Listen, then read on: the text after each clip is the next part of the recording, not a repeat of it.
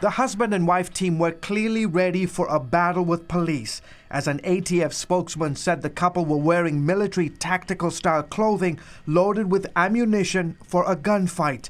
Late Wednesday night, police announced that 28-year-old Saeed Rizwan Farouk and 27-year-old Tashfeen Malik were the two lone gunmen in the mass shooting. And we're pretty comfortable that the two shooters that we believe went into the building are the two shooters that are deceased up on San Bernardino Avenue. Farouk, an American citizen, had been a San Bernardino County employee for 5 years. His father told the Daily News that, quote, he was very religious. He would go to work, come back, go to pray, come back. He's a Muslim.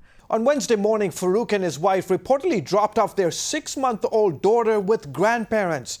Farouk then went for a Christmas party for employees of the Public Health Department at the Inland Regional Center.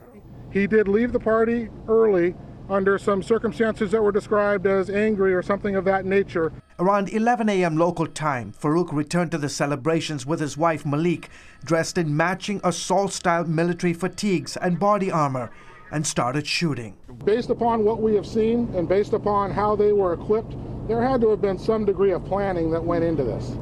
So I don't think they just ran home, put on these types of tactical clothes, grabbed guns, and came back on a spur-of-the-moment thing. Police Chief Bergen said the attack lasted only minutes, but in that short period of time, the two managed to gun down 14 people and injure 17 others. Fox News says authorities found multiple pipe bombs and other explosive devices at various locations, including 3 devices at the scene of the attack.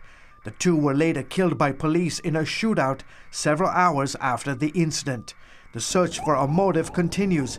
Investigators want to know whether this was workplace violence or Islamic-inspired terrorism, or both. Meanwhile, the LA Times says Farouk reportedly took a trip to Saudi Arabia and returned with his new wife that he apparently met online.